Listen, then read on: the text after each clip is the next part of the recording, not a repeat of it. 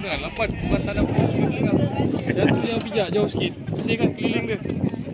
Kita ada program tanam pokok hari ni. Ni. Kelapa. Tak, itu saya punya. Oh, tak ada dah tahu jalan ni. Jalan ni tak ada apa-apa boleh dah. Tak campur rumput sekali. Ni yang ni apa ni?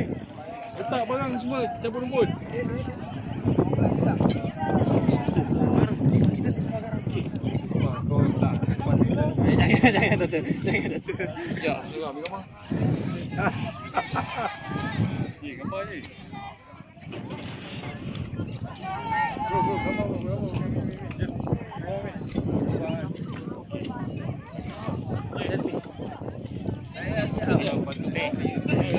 Inilah rumput. Oh. Ya.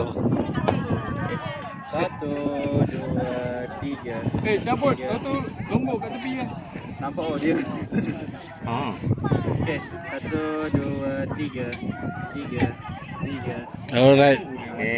Itu apa tak bantuan. Dia belajar sampai 3 ke? 4 ada. Okey, belah sana yang dah siap, boleh balik. Yang ni tak siap lagi kena settlekan dulu. Okey.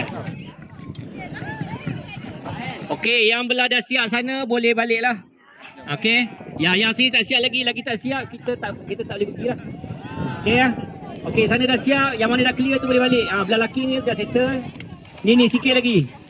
Yang belah perempuan ni sikit lagi baru boleh balik.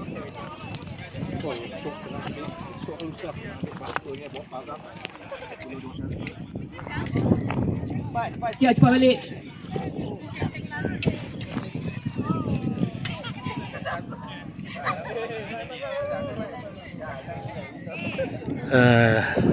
Saya tak cakap dah, lupa nak ambil video daripada tadi tu.